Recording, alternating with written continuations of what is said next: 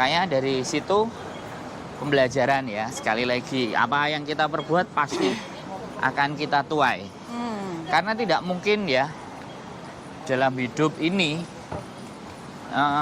kita itu kena getah, tapi ada gak lapo-lapo.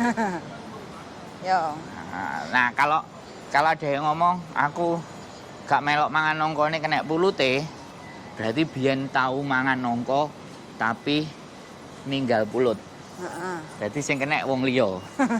Artinya di masa lalu kita sampean atau saya ataupun kita melakukan sebuah kesalahan, kita tidak menyadari kesalahan itu. Akhirnya karo Gusti Allah saiki diwehno awake dhewe bingung. Jadi untuk mengantisipasi supaya kita visanya nggak bisa turun ya satu kita harus benar-benar menjaga hubungan baik dengan majikan kayak gitu.